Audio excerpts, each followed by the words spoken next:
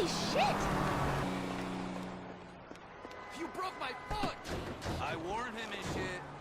As I am contractually obliged to say, buckle up, everyone.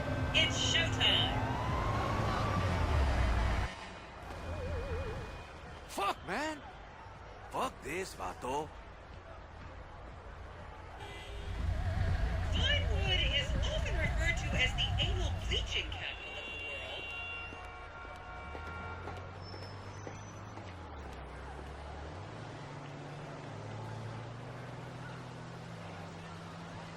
Fuck me in the ass! On your right, you'll see the world-famous Gentry Manor Hotel, a legendary party hangout for actors and rock stars and people trying to have sex with actors and rock stars. Built in 1921, it's been the scene of some classic Vinewood scandals over the years. One of my personal favorites was Al DiNapoli's overdose in 2002 after a chimpanzee blasted an 8-ball up his rear door with a water pistol.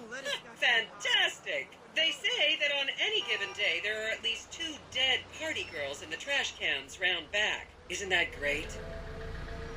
Okay, smartphones at the ready, celeb spotters. We are now approaching the legendary nightclub, the Dungeon Crawler. Opened in 1996, the club is famously owned by actor Bruce Spade, who has a custom-built, elevated VIP table so that he looks the same height as everyone else. It remains one of Vinewood's hottest night spots for the rich and famous to do drugs and date rape impressionable fans. Play your cards right, and that could be you! The Dungeon Crawler was in the news again recently when comedian Morgan Chester allegedly ran over a doorman in his SUV for not laughing at one of his jokes.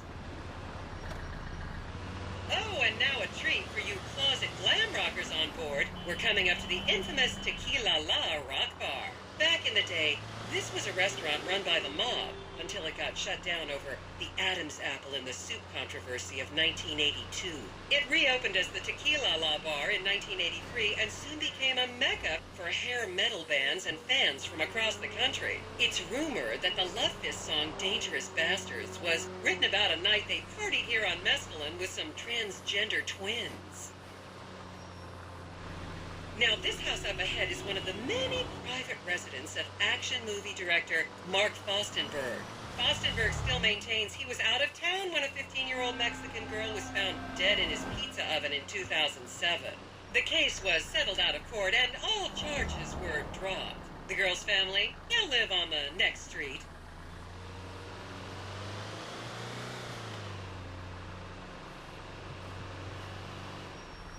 So this is the house of television exercise guru, the Craze. You might have seen him degrading himself recently on Rehab Island. Do any of you remember the 80s? Huh, strange times. People didn't go to the gym back then. They did jumping jacks in front of the TV and leg warmers and headbands. The Craze swapped his gold lame leotard for a crack pipe in the 90s, but is reportedly now clean and in the best shape of his life. That's Vinewood's code for he's trying to make a comeback.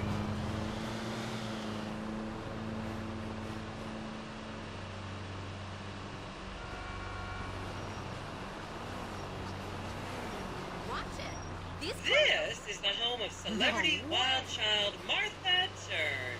Daughter of 70s comedy star Joni Term, Martha spent her teens partying on booze, her early 20s partying on coke, and her mid-20s staring at her shoes on heroin. Her tell-all autobiography about the difficulties of growing up really rich in Vinewood only sold 30 copies last year.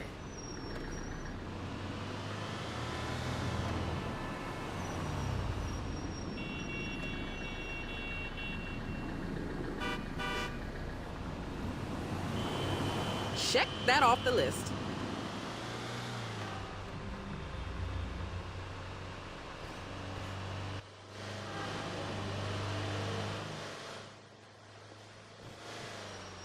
Just up ahead is another place to see and be seen in Rockford Hills, the Richmond Hotel. An iconic entertainment industry hangout, sleazy producer types have been promising to make young girl stars here for over 100 years now. Not gonna lie, I did some shameful things in that lobby bar in my youth, but I've put that period of my life behind me now.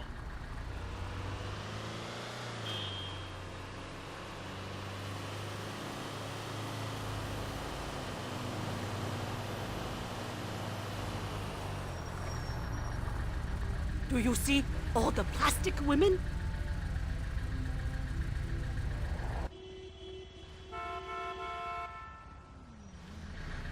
I should remind you this is a no-smoking bus. Unless, of course, it's medical marijuana, then you're all right.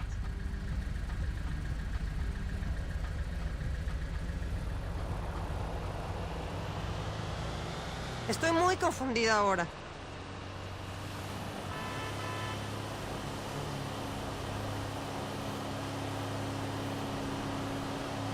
Oh, this tour is gonna be so positive. I feel it. I feel it.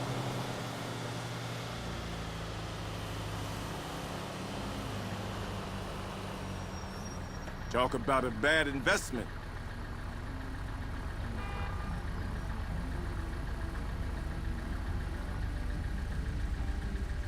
I was a member of the jury in the 1991 movie Last Will and Testament. They cut my line. I remember this from a movie.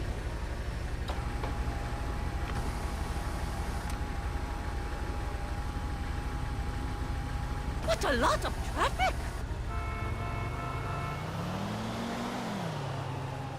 One hit got me high as shit.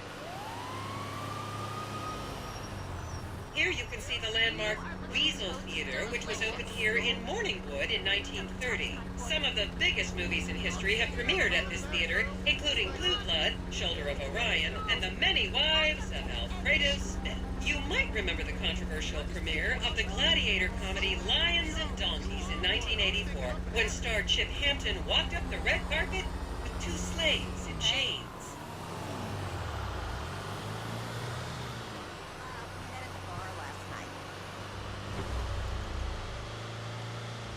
I need a man. I'm so tired right now.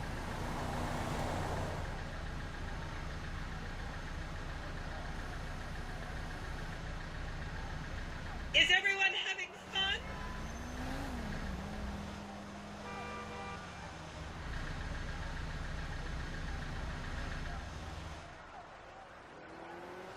Big deal.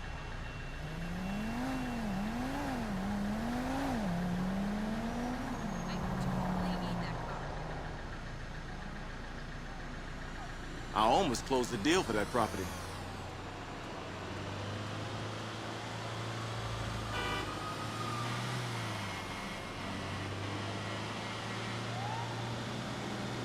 Picture perfect.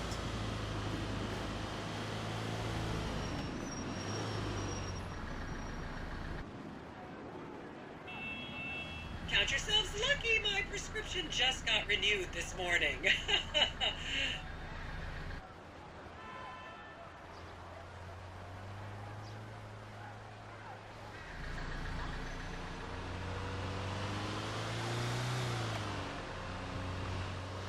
I picked up the baby powder. I'm so confusing right now.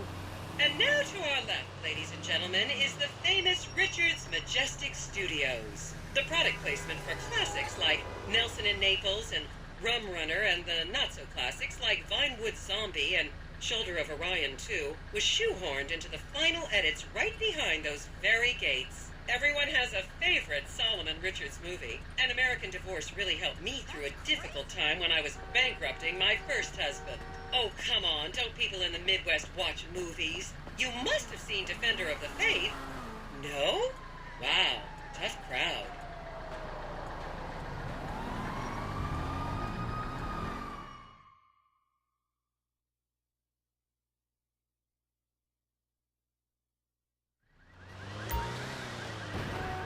Okay, people, get those cameras out. This is Portola Drive. You won't get a better chance to spot a celebrity in its natural habitat. As you can see, the recession hasn't hit this part of town very hard. These are some of the most offensively high-end designer stores in the country. And now, some fun trivia for you.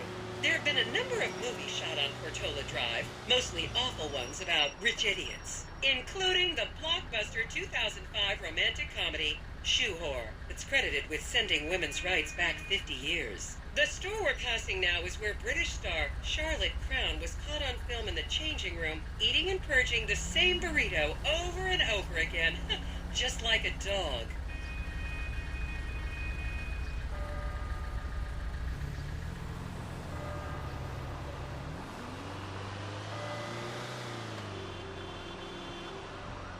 I'm not in the business of making Yeah, money. sure. I'm in the business. That's what they want you to think.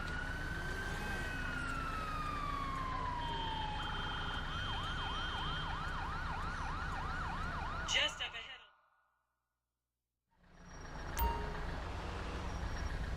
This is the Epsilon Center. Anyone with red hair, please cover it for your own safety. If you really want to meet a famous celebrity, this place is packed full of them. Take an introductory course. It changed my life. Kifla!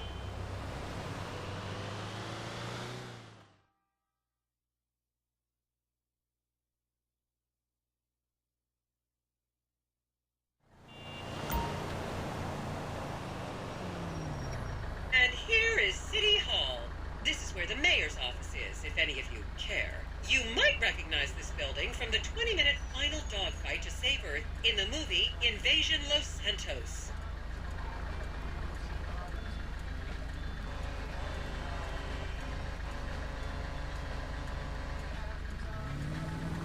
You wouldn't believe what that one sold for.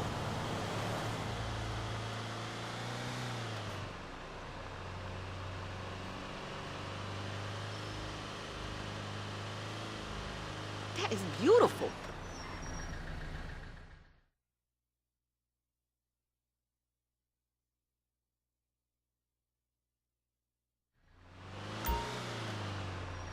And here we have the beautiful Oriental Theater.